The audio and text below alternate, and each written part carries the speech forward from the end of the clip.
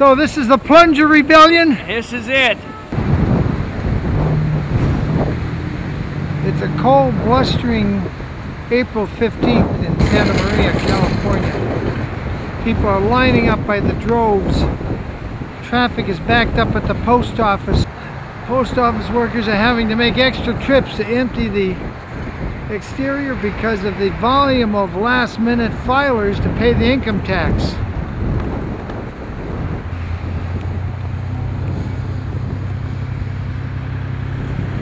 William Wagener, for on second thought. This is what it looks like in Santa Maria, California on a cold, blustery day in April, where the last-minute filers are lining up and the traffic is jammed. Meanwhile, down at there are at least 1,000 people gathering to protest here in Santa Maria.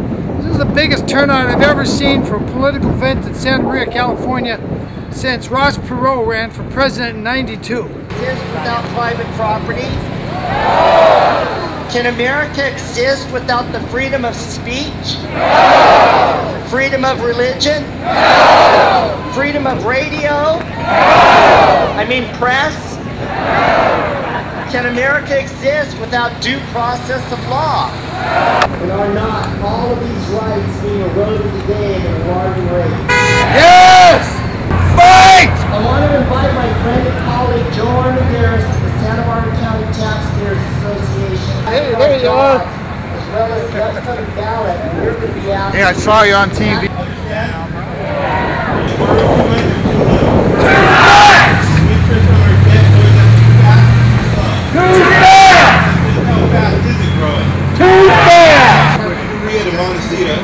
It's enough to free folks.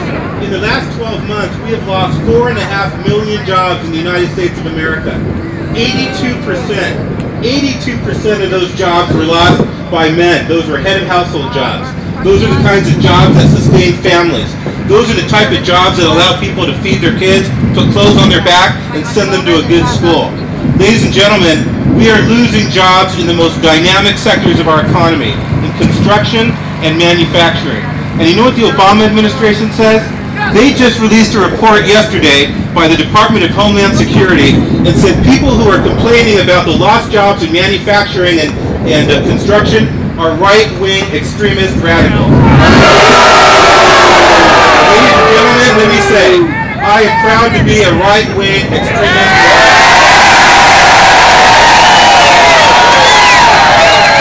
We need to clean up Washington, D.C. We need to clean up Sacramento. We need to clean up Santa Barbara County.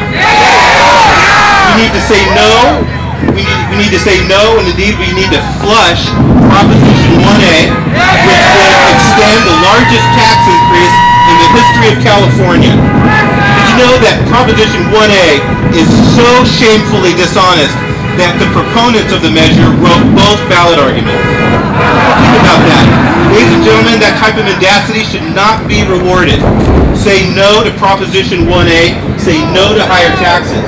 Elect men and women who believe in free enterprise, capitalism, the rule of law, private property, free markets, empowering individuals and businesses and families, not government bureaucracies and government agencies. That's what America is about.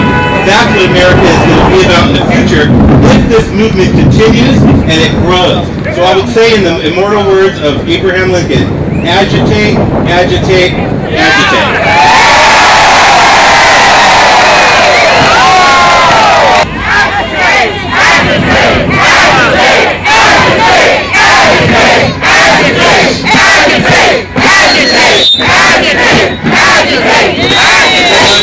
Joe, thank you for that.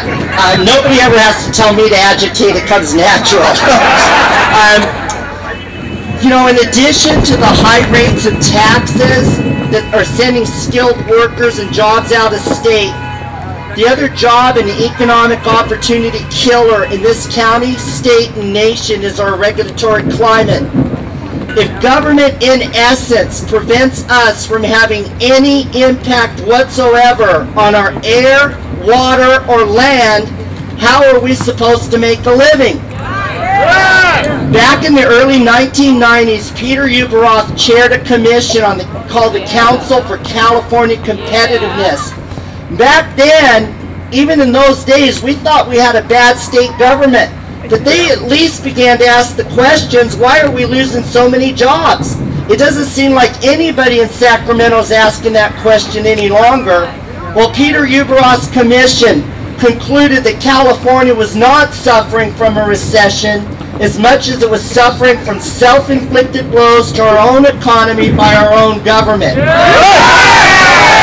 Now, when Joe and I spoke at the Santa Barbara Tea Rally, and a reporter from a liberal newspaper down there said, well, you know, what could we do different? And I gave him three letters, PXP.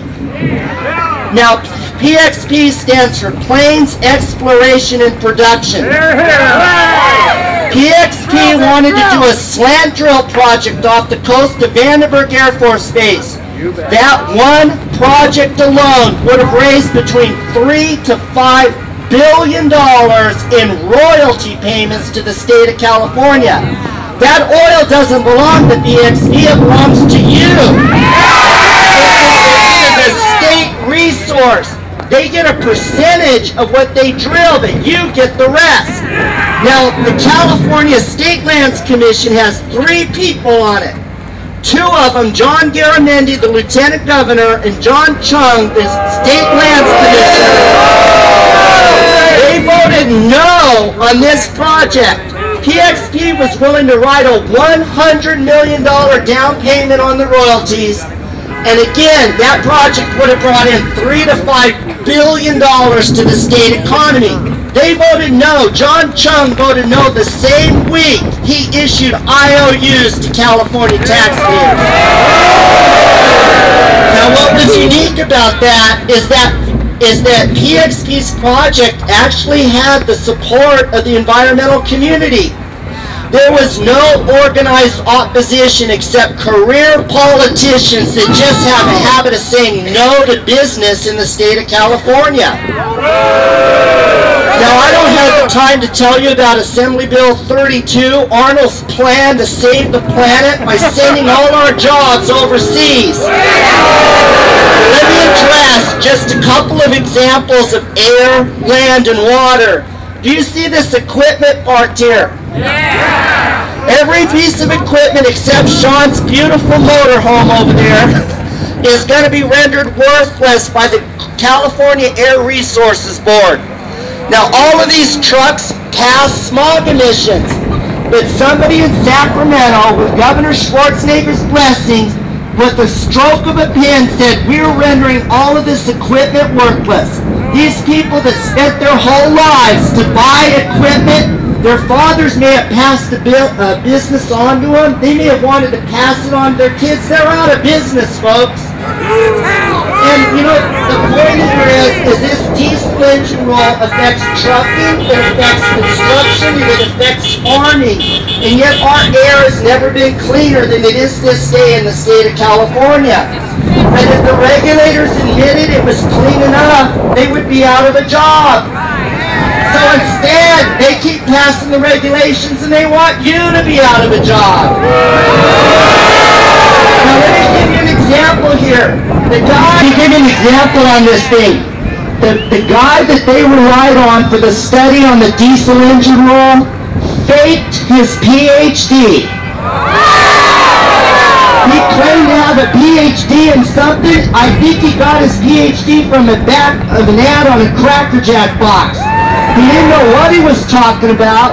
An epidemiologist at UCLA corrected the record. They quote-unquote disciplined the guy, but they let the rules stand. These trucks, the farm equipment, the trucks, the construction equipment is being regulated out of business on the basis of junk science. What a country! This one rule. That's my report from Santa Maria. William Wagener, Second Thought.